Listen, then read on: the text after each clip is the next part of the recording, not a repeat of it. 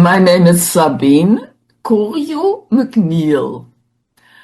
I studied mathematics and computing ages ago, and therefore I was always interested in the use of computers for communication, i.e. networking. And I was in one of the first internet cafes where I met a guy called Lord Sudeley, or he had somehow heard that I was there every Wednesday. And he had organized a conference, or was short of organizing a conference. And I said, well, why not have little events at the House of Lords rather than a big conference? And that's how the Forum for Stable Currencies got started. And the reason why he was interested in monetary reform was because his great-great-grandfather had been bankrupted by Lloyds Bank. And when we started the meetings, the people there who came were often victims of bank and institutions. And in fact, there were different groups of banking victims, the Lloyds victims, the Barclays victims, and so on. And so to know or to notice that this drama and trauma production has been going on over generations and of anybody. I mean, one of my most classical victims was the owner of a Renault garage with 40 employees, where the bank just called some credit in and he was bankrupted. And he later said it was just the pure jealousy of the bank manager. I mean, you can't make it up. So it's all so painful. It's all so terrible, Tony, when I think back, because it's been quite a long time ago now. But it was quite important because I was there as the event organizer and I made the programs and I was sort of the communicator. But there was a very, very good guy called Donald Martin, who was very au fait with the subject as well. He had run a mail order business of about all these sort of esoteric subjects. Hang on, I can remember him on Target magazine, and that's true. Yes, and Bloomfield Books. Yes, that's exactly right. Oh, how fascinating! Yeah, because I mean, I think he at the time was accused of being involved with the far right.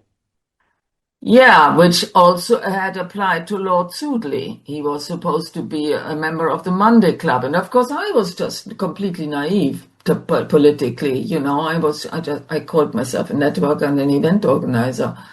And I was a computer networker, and I happened to have come across this guy, Lord Sudeley, and I found it, of course, more than interesting. And I used to be good at writing summaries of these various cases and publish them on one stage on the web. And at some stage, the Lord Sudeley said you have to group cases in order to change the law.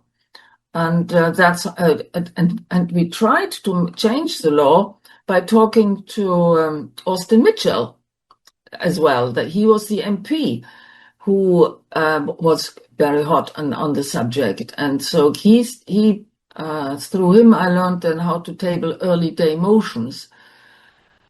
Yeah, and thus I met victims of the system whom I would never have met unless because it was the venue. It was the House of Lords and later the House of Parliament, the House of Commons, where we just could use rooms for meetings. And this Renault owner, he once said so nicely that when he was asked by his parents, "Son, where are you going? You are suited and booted." "Oh, well, I go to the House of Lords," you see. So that it made a difference, obviously. Then if we had met in a pub, we might not have been as effective. And of course, I also had two guys who were videoing the meetings at the time.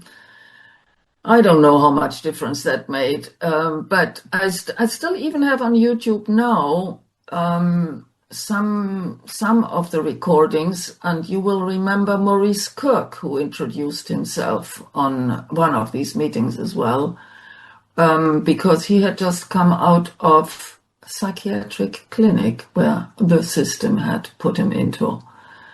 And he was introduced to my circle by Norman Scarth, who was also a serious victim of the whole institutionalization, and who left me some money after he died, which was a nice surprise, you know. So there was also another organisation called the Christian Council for Monetary Justice in London. I mean, we're talking now about the mid-late 1990s, roughly, but it does seem as if there was some sort of, leaning towards. Look, I mean, I don't want to accuse you of being far right at all, but it seems to me, and maybe you could help clarify this, that there was always an attempt to link serious campaigners around monetary reform with the far right, so as to sort of discredit it in a way. So I wonder if you yourself ever came across that, and also the Christian Council for Monetary Justice. How fabulous that you remember all of that, Tony. Peter Challen was my man for the Christian Council of Monetary Justice, but there were quite a few others, and I had taken over from them. And I can't by moving or by using the House of Lords initially as the primary venue, and later after Lord Sudeley was deselected from the House of Lords, we then moved to the House of Commons. But by using the Parliament as a meeting place, the members of the Christian Council of Justice came, and Donald Martin from his environment, which also included the Federation of Small Businesses, for example. So this far right angle, I had only vaguely noticed because of this Monday Club accusation, but I think this especially from my current perspective, that this far right and left labeling is just part of the smearing that always happens and the dividing. And it's because monetary reform touches the very nerve that needs to be touched. And I remember, for example, the Wikipedia page that I put together was corrupted but no, we did not suffer directly, any of us. Well, that's good to know. But look, can you just sum up what's wrong with the financial system and how people like the Forum for Stable Currencies, yourself, and CCMJ were trying to sort it out?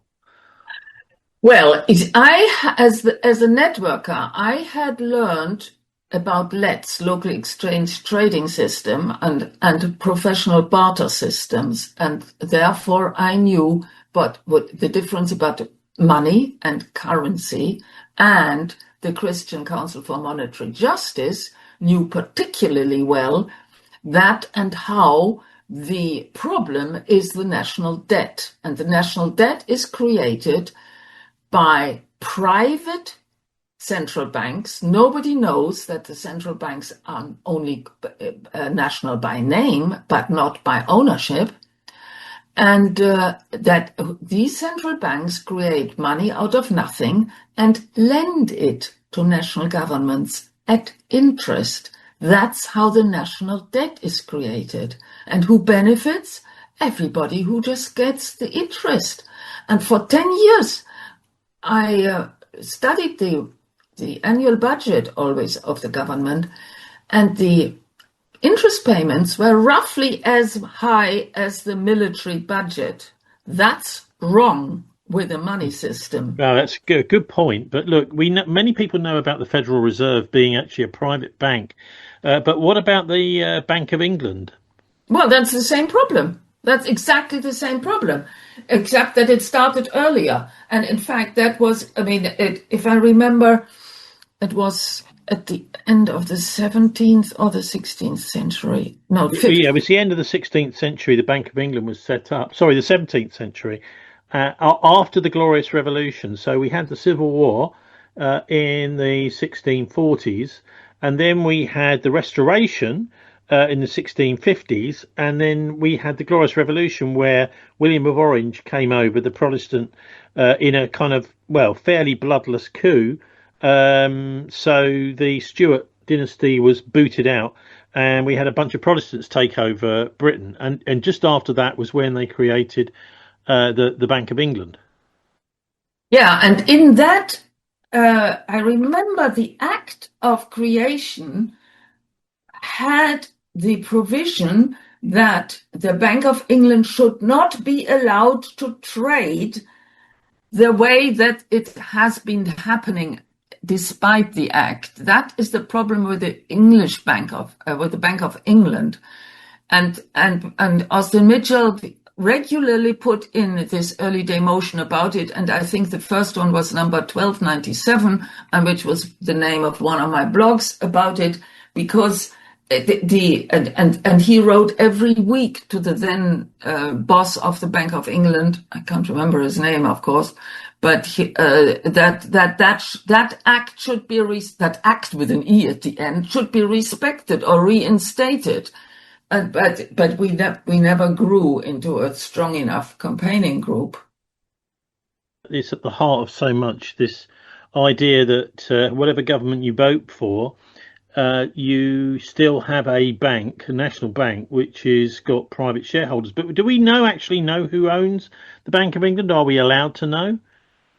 I don't know, but I also remember having looked into the Deutsche Zentralbank, and I was quite shocked that there was there was certain information was just absolutely secret. One could not get hold of it with the Bank of England. Well, I think it's the same with the Bank of England, Sabine. I mean, I remember going into the Bank of England museum there and saying, well, who owns this bank? And he just blankly looked at me and they said, well, that's confidential.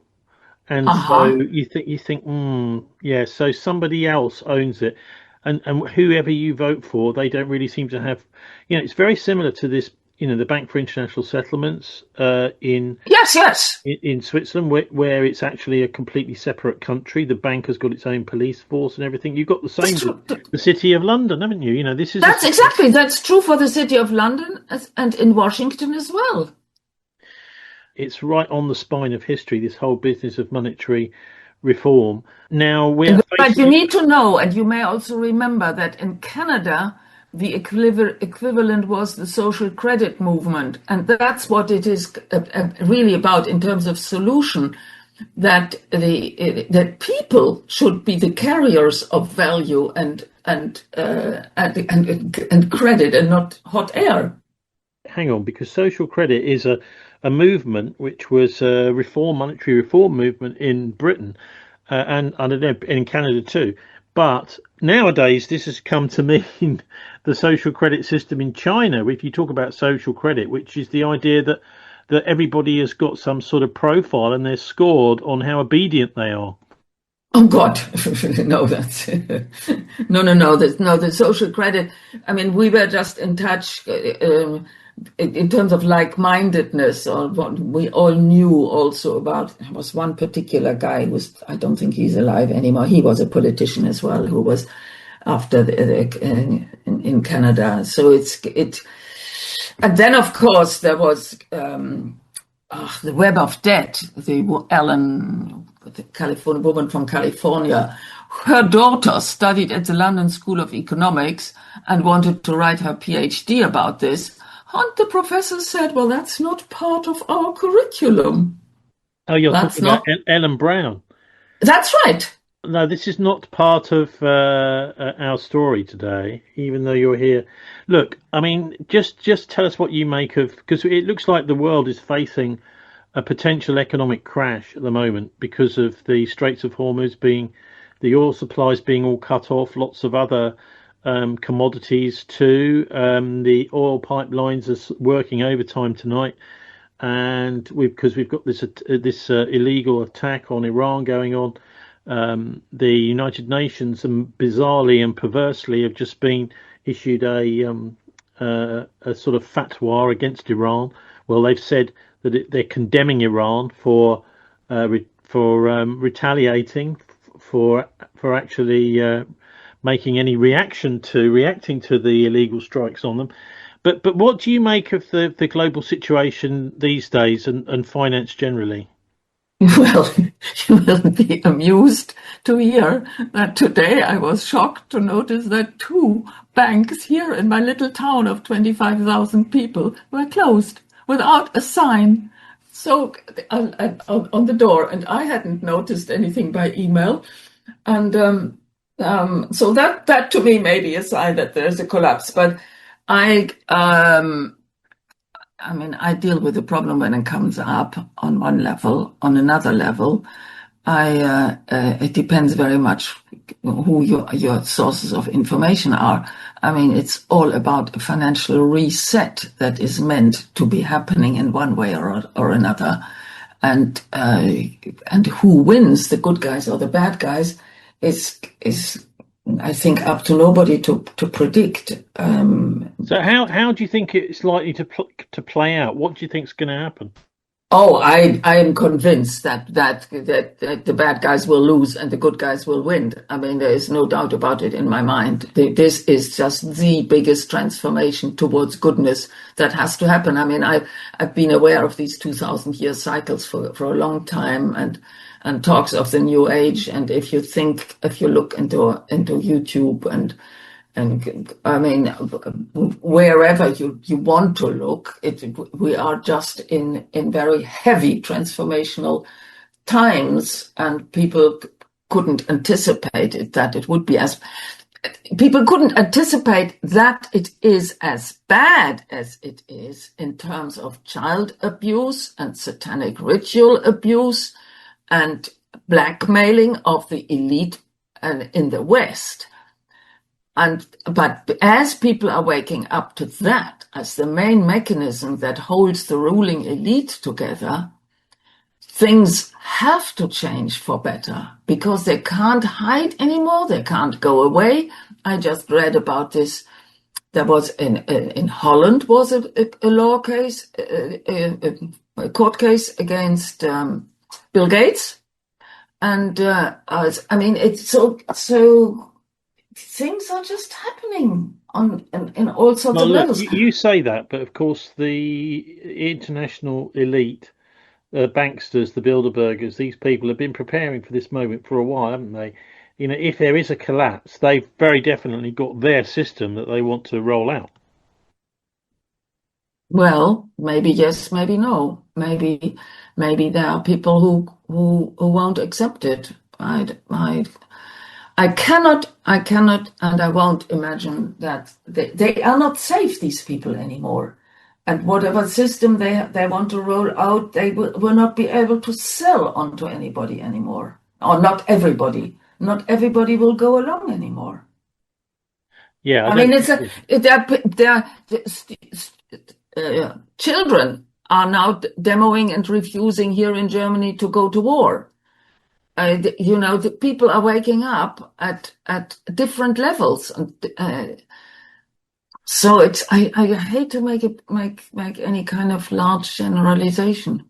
Okay, I'm always asking to people to try and peer into the crystal ball, particularly because people like you, Sabine, have been very observing very carefully the way that currencies work, that financial arrangements work, that the public are bamboozled by these various systems. But what do you make of the war and the Epstein case? Because there's quite a lot of people saying, well, looks as if this war is being launched in order to cover up a lot of these Epstein crimes. Well, yeah, because the Epstein, that is in a way that is the boil that is now that has broken, and the fact that Epstein was as politically active and maneuvering as it begins to turn out, that of course I guess nobody knew, I mean, for me it is definitely the big relief. I mean, even the name of the Hampstead girl appears twice in the Epstein file. Okay, could you say something about that and your involvement in that case? Well, the Hampstead case came to me because I had published a website called the Association of Mackenzie friends and the mother whose 2 children had been taken in by police contacted me, and of course I was as unsuccessful as even a barrister would once told me that in 12 years she had never gotten a child back. But you see, as parents losing their children to the system of social services covered by police, covered by secret family courts is one thing.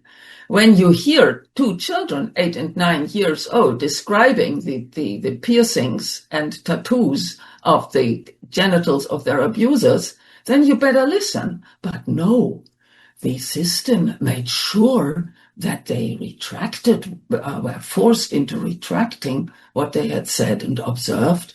The doctor who had written the medical reports was forced to, I can't remember exactly how she was punished, but anyway, the cover-up was bigger than the crimes. And of course, the mainstream media played along big time. They unfortunately, as soon as, I ended up spending 4 years in prison and was deported accompanied by a team of 5 people who looked after me just in case, because I was potentially violent, I guess. And pretty shortly afterwards, I was contacted first by No Tortoise Media and then by Story Films TV, who were apparently commissioned by Channel 4 to make a film about what they called the Hampstead hoax. But of course, they didn't convey that to me, did they? Just as the BBC, when they interviewed me when I was in Berlin before, when I was in exile for 6 months, naively not knowing how bad the system is, how badly they need to cover up what they're covering up. Well, look, now is your chance, if you can, in a nutshell, just sum up what you really found. If you'd had the opportunity to do that on Channel 4, what would you be saying? That it is absolutely shameful that they sell their souls to lies and lies and lies and present it as truth. I mean, crimes are bad enough. There is an EU directive which says that clearly children should be listened to before adults, because it's a hell of a lot more likely that adults have a vested interest in covering up their crimes than that children make things up about details. But no, the cover-ups got worse and worse and worse, from police to local family court to high court, and then to Tortoise Media, and then to Channel 4. The press is supposed to be a sort of last court of appeal, but it seems in this case it's the opposite. The idea is it's the end of the cover-up. But so what, for anyone that's familiar with the Hampstead case, what in a nutshell, can you just sum up what you would say in your defence? The children. Yes, and I mean, why did I have 16,000 signatures on the petition which I addressed to the then Home Secretary, Theresa May, release the children from, I called them the whistleblower kids, and said free them or release them to their Russian family. And so 16,000 people believed the children, but the police doesn't, and and other supporters, not me, were punished and imprisoned and put into a mental hospital. I mean, the cover-ups are worse than the crimes committed. So the system is absolutely hell-bent to cover up and not to let these crimes come out. But these children are completely precious, because they, independently of each other, as well as together, they sang this from the same hymn sheet. So they were 100% believable. And there was another petition out which was closed after 2,000 signatures, just because the publisher didn't really look after them. But all they wanted to do is to just get the genitals investigated, which the children described. The children had made drawings. Everything was crystal clear. But no, it had to be covered up. And what is the vested interest? Why does Channel 4 need to play that game? Well, it doesn't really. I think it just chooses to do so. Anyway, look. Also, Sabine, we've got to talk a bit about the, whereabouts we're heading with this war. What do you make of how it fits in and how long it's going to last? Oh, I can't do that. Because I mean, I'm too much of. It just brings me to tears, Tony. I'm too much. My family was a victim of the war. I survived Dresden. I was 5 months old when my mum rescued me through the bombing of Dresden. I can't cope with war. All I know is that wars are part of the machinery that the elite uses to rule and divide and conquer, and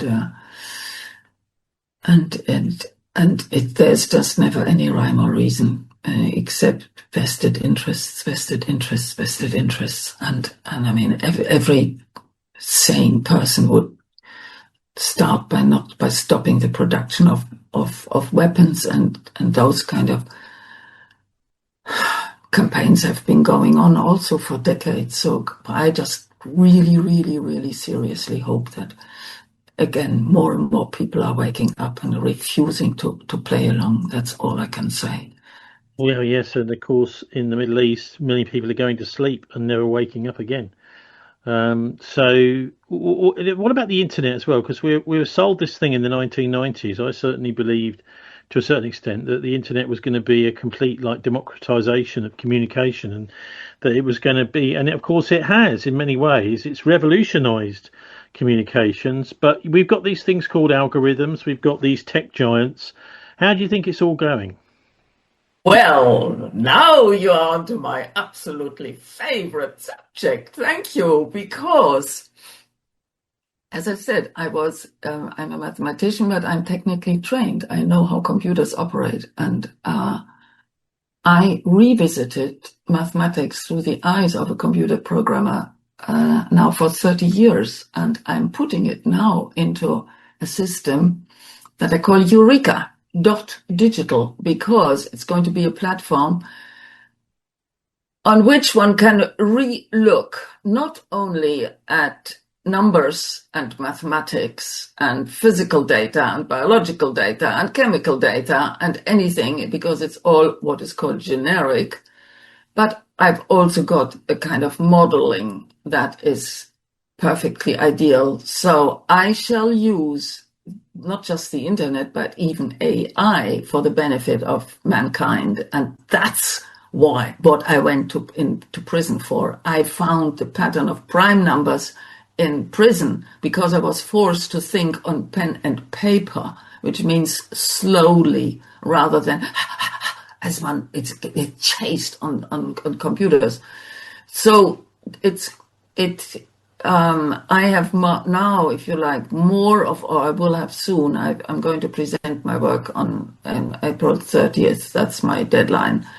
I'm going to have the chance of my lifetime, and I really, really feel this is sort of what my mom rescued me for. It's my life's work, and it's a crystallization of thinking and analyzing, and yes, there are. I mean, the internet, like any computer, is like any knife. It's a tool that can be used for good and for bad, for evil, and it's up to every individual to make that choice, day by day, moment by moment. I mean, I can remember the advent of things like in the 90s of things like news groups, and there was all sorts of stuff out there on the internet which seemed very promising, most of which now has been either shut down or sort of taken over, privatized by the Googles of this world. Well, yes, globalization has been going on big time, hasn't it? But there are also these alternatives. I mean, there is a little group that my nephew pointed it out to me here, that puts neighbors in touch with each other, but countrywide. So yes, globalization has been happening, whether it's bookstores or small shops corner shops anywhere, but also meetings, conferences. Yes, the Googles, the big techs, but I shall challenge them. Watch this space, because it's very interesting. This whole movement of computers taking over, if you like, has been challenged. And I've got a kind of a tradition of thinkers before me. There was a guy called Joseph Weizenbaum, whose book was called Computer Power and Human Reason. And he said that whatever is built can only be built by the mathematics that are known at that given time. And there's a woman, an Australian journalist and scientist called Margaret Wertheim. She published a book called Pythagoras Trousers with the subtitle Physics and the Gender Wars. And she pointed out that and how physics has dominated mathematics. And here I come along with mathematics, wanting to, if you like, dominate again and needing to dominate again, to iron out false assumptions that have and to sort out problems that have been unsolved so far. But I want to do it such that people can discover it for themselves via interactive software, rather than that I stand up and preach or not even publish as such. So that's where I'm standing in well, this. It sounds to me, I mean, the most powerful thing you can do, I think, online in a way is platforms, providing platforms for people. That's exactly right. As the big commercial platforms, the networks, the X, the Facebooks, all these people, the titans or whatever they are, Olympians, they think they. I mean, in a way, what we've got this glimpse into what it's like to be on Mount Olympus. These individuals that think that they have these godlike qualities. They know everything. They can control what people see, what they don't see. And that's, to me, is the sort of betrayal of the internet, really. There, absolutely, as in total abuse, and it's very sad. Yeah, but it's a tug of war, and of course people will react against that and seek out. Anyway, can you just remind us of this platform that you're launching in April? It's called Eureka.digital, and it's Eureka with H, which is the ancient Greek. It actually exists. It stands already as a website, but not yet. I'm just describing it as if it was a book. But I now, you wouldn't believe it, Tony, but I have actually made programmers superfluous by working with AI. So I have now installed the kind of engine that I first had asked developers to build for me. And that's what I mean, if that is not good use of AI, I mean, it's not that I made them superfluous, because what I've also appreciated at that time, and it's that and how software development has changed from kind of straightforward translating mathematical and physical equations and formula into computer language into such an entanglement of interlocking systems. It's unbelievable that anything can work at all, because there's far too many sources for errors. I mean, it's just, I really find that, I was 22 when I came to CERN in Geneva at the European Center for Nuclear Research as a diagnostician for software. I solved the computer problems for Nobel Prize winners until I got bored with that. And, but I went there thinking that that's where they understand the smallest and the largest. Well, they don't. The astrophysicists don't know how to talk to nuclear physicists. And I have now found the key to the misunderstandings, let's say, and that is exactly what this video was about that you sent me, about when one woman asked a CERN physicist, how many dimensions are you dealing with? And he said 17. Well, that's the number of dimensions that string theory presupposes.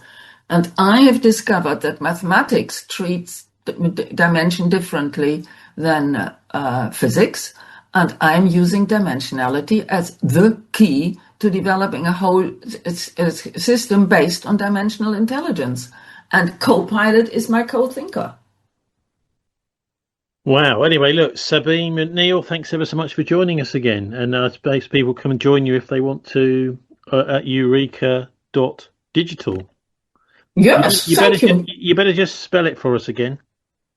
HEUREKA.digital. I mean, that was Eureka was the cry. I've got it. Yeah, I've got it. It was it's the insight that you get, or as my developer said, from wow to aha, from the nice surprise to understanding, from insight to understanding, because it's on screen and I can make something visible on screen that one couldn't on paper. Science was invented on paper. Now we're talking about screen-based science, and that's a different matter. So thanks very much for joining us, Sabine. Take care. Thank you for giving me such an opportunity, Tony.